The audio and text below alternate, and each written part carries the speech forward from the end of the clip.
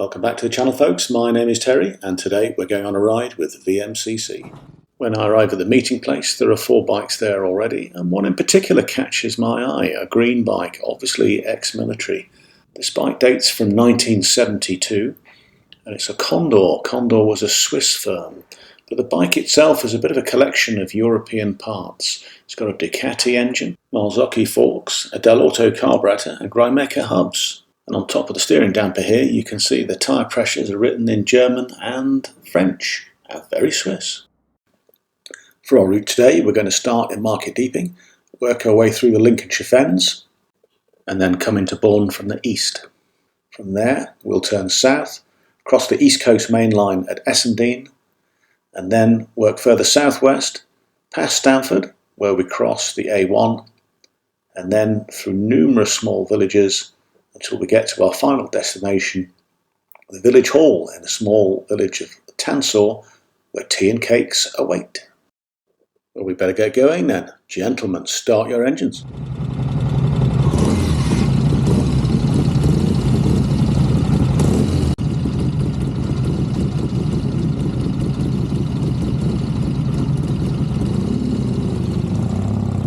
Martin and I cross the road first, so that we can herringbone into the route and create a quick start.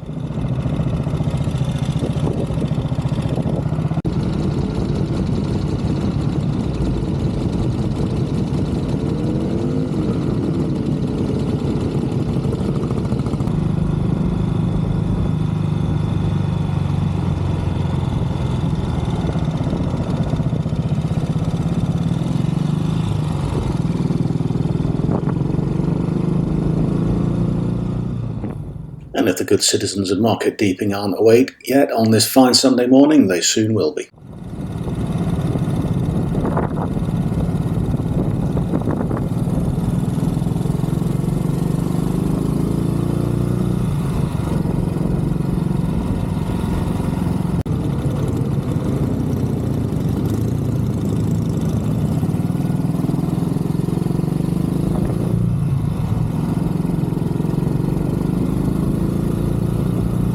We approached the roundabout on the northern bypass for Market Deeping, and then a quick blast to the east on the main road before turning north into the Fens.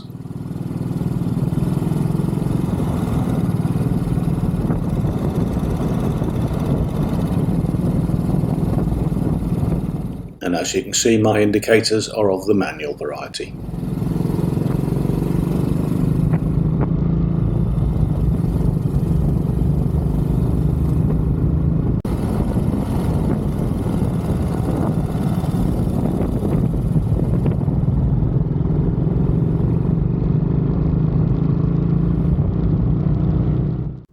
And we're greeted with the big sky which East of England is famous for.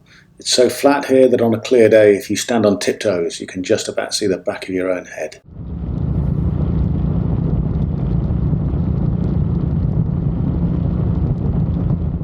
Martin's Triumph is certainly a beautiful machine, and those Art Deco panniers are absolutely magnificent.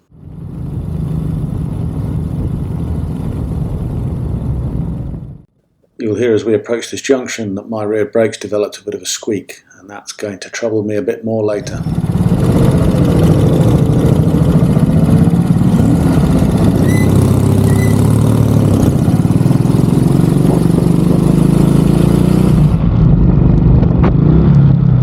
That over rev you heard there was the bike slipping out of second gear. It often does that on the way up with the permanent gearbox, normally when you're in the middle of a roundabout and you need the power.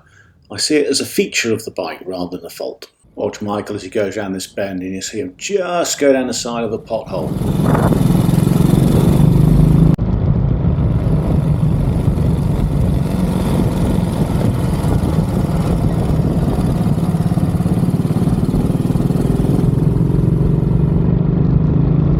He's got quite a dry sense of humour, Michael, here in front of us.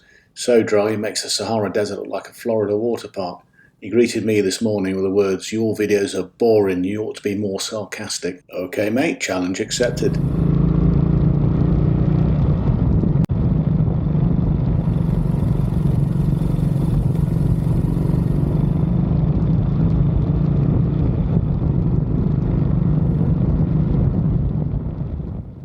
Fen roads have a beauty all of their own and some lovely sweeping curves, but the surface is not good.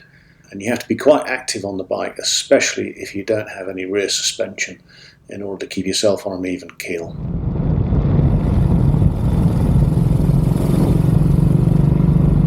The club had some bad news the other day in that the Goat pub, our normal meeting place, is closing at the end of May.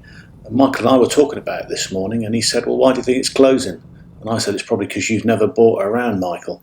And he admitted that was true, but he did say in his own defence that he bought a pint once about 9 years ago, and because it cost £6, he's never repeated the experience.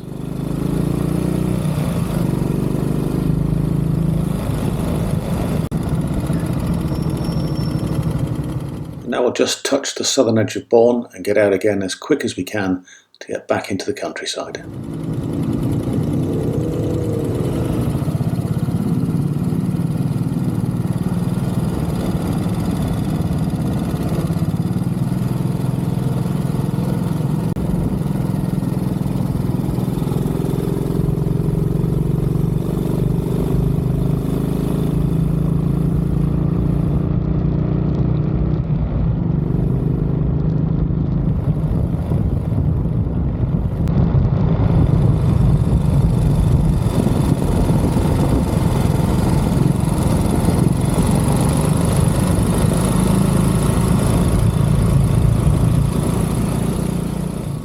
This is quite a fast road and we're all looking forward to getting a bit of a shuffle on.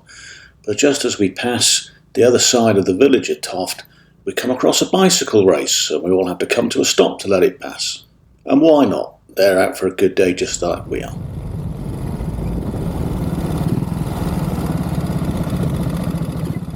I pull alongside Michael and we have a little chat while we're waiting. I'm going to provide subtitles so that you can hear it over the engine noise.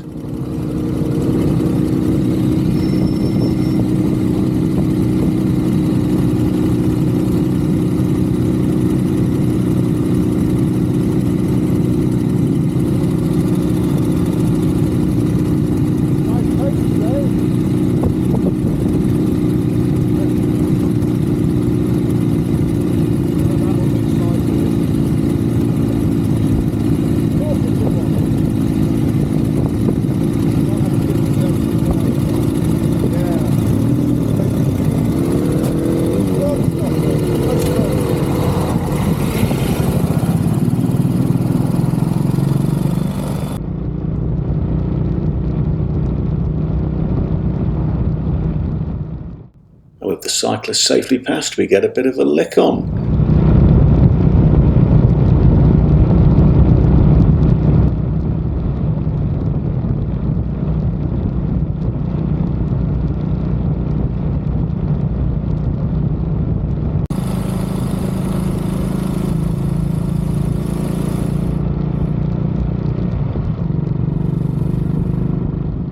As we close up to go through towns, we tend to form a zigzag formation. This allows us all to see a little bit further ahead.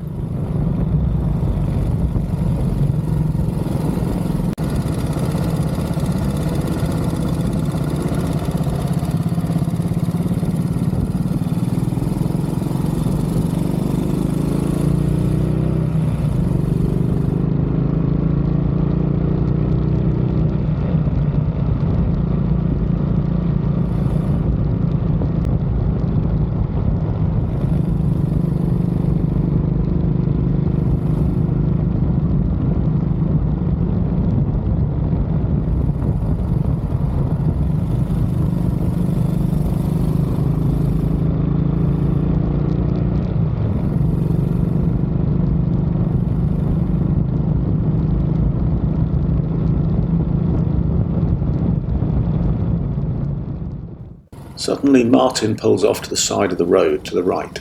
I try and signal to make sure he's alright, but the answer doesn't come back in a very convincing way, so I decide to circle back and see if he's okay.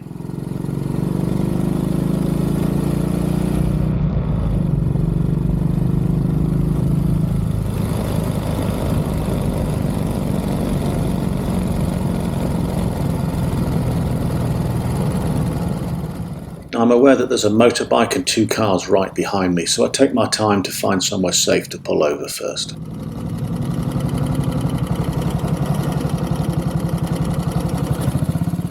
One of the good things about having a wartime bike is that the designers knew the value of a good U-turn, just in case you came across a bit of unpleasantness, so it doesn't take a moment to spin around and go back to see if Martin's okay.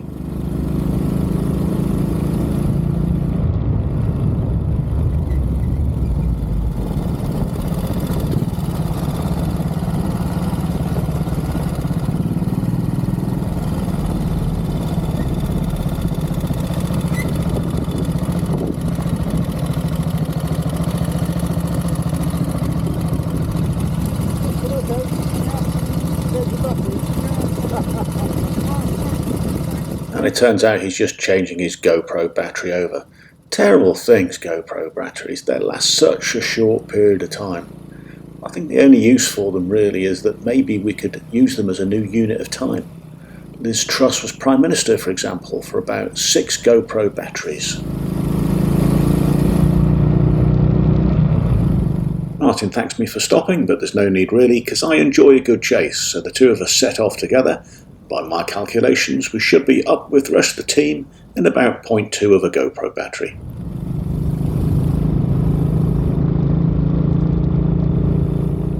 The only slight fly in the ointment, apart from the fact that I'm supposed to be running this engine in, is that my back brake has got really grabby now, almost to the point where you just have to touch the pedal and it locks the back wheel up. So I adapt my riding style to use a bit more engine braking and more of the front brake. I could, of course, as a last resort, slow down a bit. Nah.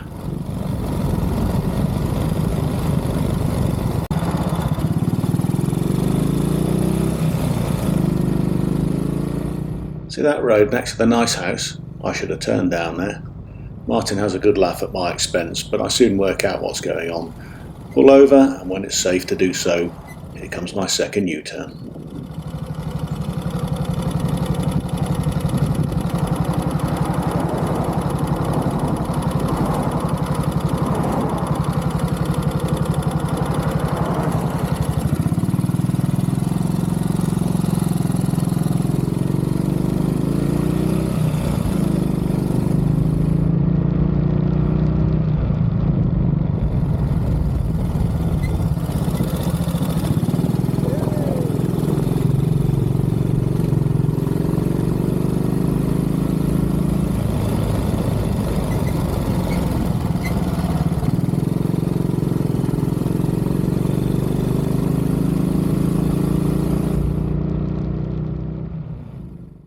To my great disappointment, the team have stopped at the side of the road to wait for us, but with my brakes, I'm going past anyway.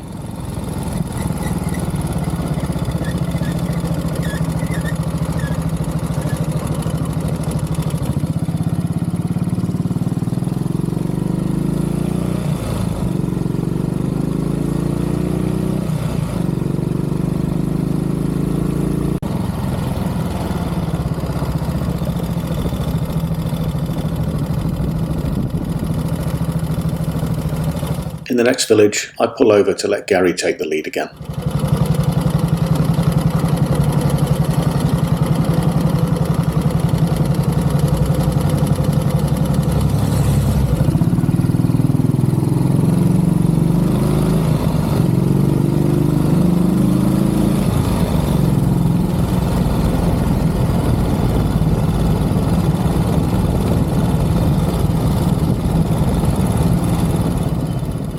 And we almost immediately come across 2 cars having a Mexican standoff in a narrow village road.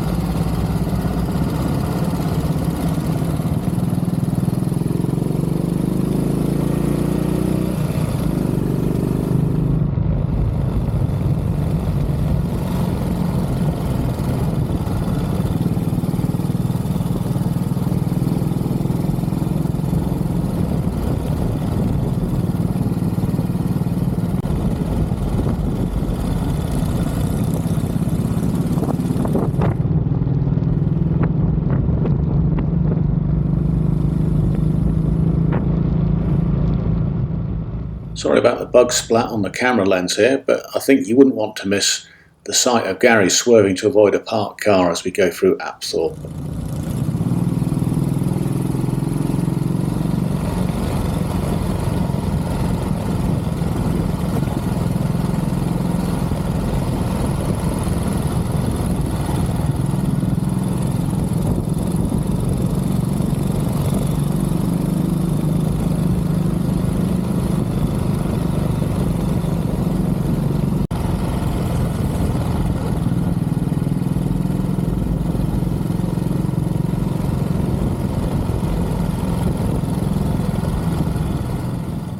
And then we pass through Fotheringay, and if you look at the path on the apex of this right-hander here, you'll see that that leads to the ruins of Fotheringay Castle, where Mary Queen of Scots had her head chopped off.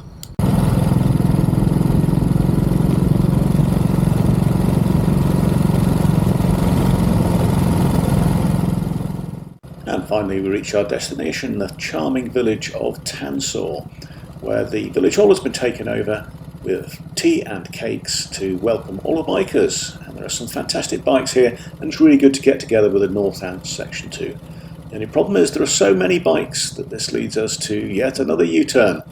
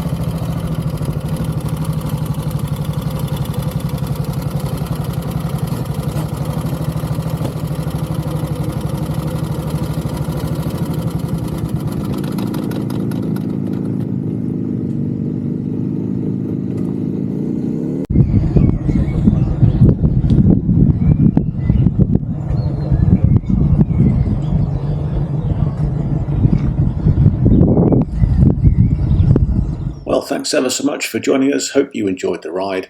If you're interested in becoming a member of the VMCC, I'll put a link in the description to show you how to do it. Thanks, and ride safely.